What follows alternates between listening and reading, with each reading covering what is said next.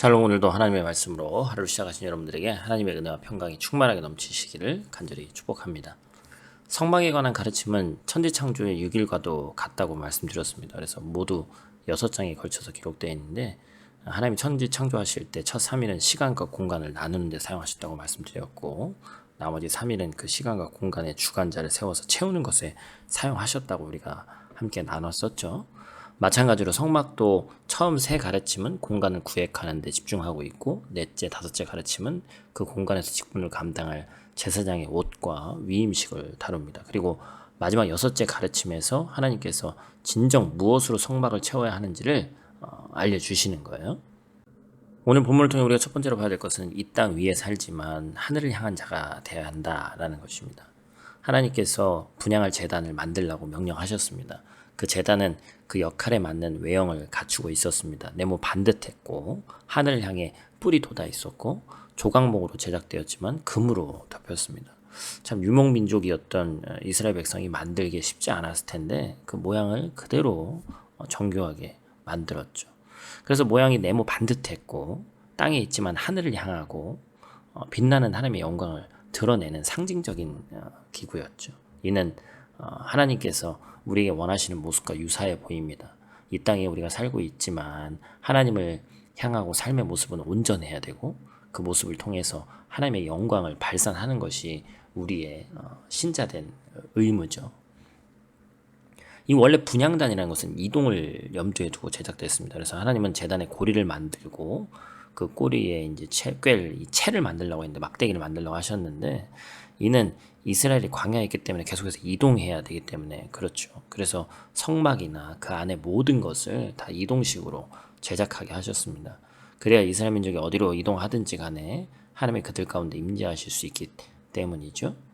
우리가 두 번째로 봐야 될 부분이 바로 향기로 성소를 채우라라는 말씀입니다.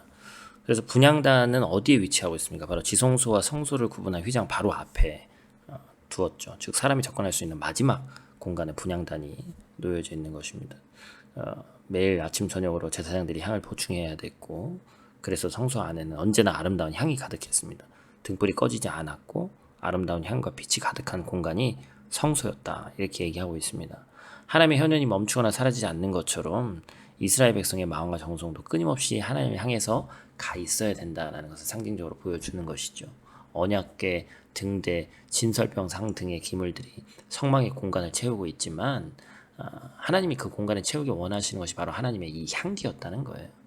하나님은 성소의 기물을 설명하실 때 성소의 향단에 대해서 말씀하지 않으시고 이렇게 마지막에 설명하십니다. 향단은 이 성소 안에 제단으로 여겨졌기 때문에 그 네 귀퉁이에 놋 제단처럼 뿔이 달려 있다고 말씀드렸죠.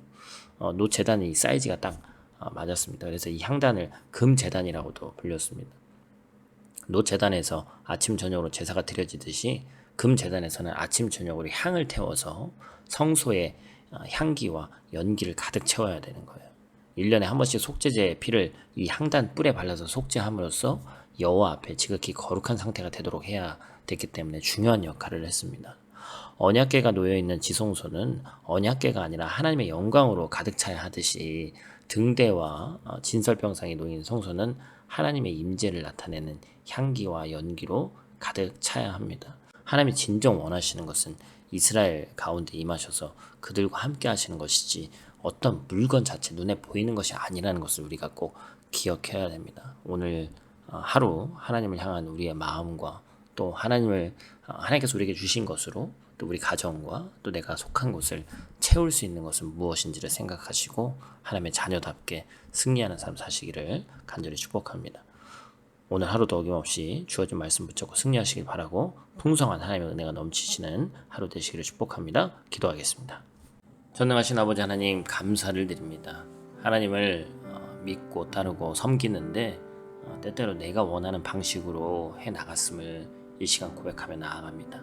하나님께서 진정 나에게 또 우리에게, 우리 가족에게 원하시는 것이 무엇인지를 더욱더 집중하며 나갈 수 있도록 도와주시고, 내가 원하는 방식, 내가 원하는 것에 하나님을 맞추는 것이 아니라 하나님의 뜻을 구하고 하나님께서 주시는 것들에 대해서 기쁜 마음으로 받아들이고 열린 마음으로 받아들일 수 있는 저희들 될 수 있도록 하나님 도와주시옵소서.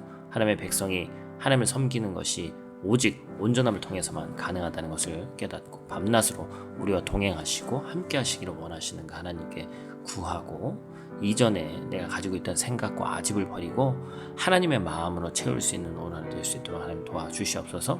내가 속한 모든 곳에서 기존에 있었던 방식, 기존에 있었던 생각으로만 그치는 것이 아니라 오늘 하루 하나님께서 주시는 지혜가 무엇인지를 민감하게 반응하며 나아가는 우리 될 수 있도록 하나님 도와주시옵소서. 오늘 하루도 눈동자와 같이 지키시길 원하며 우리 구원자 되신 예수님께 하신 이름으로 기도드립니다. 아멘.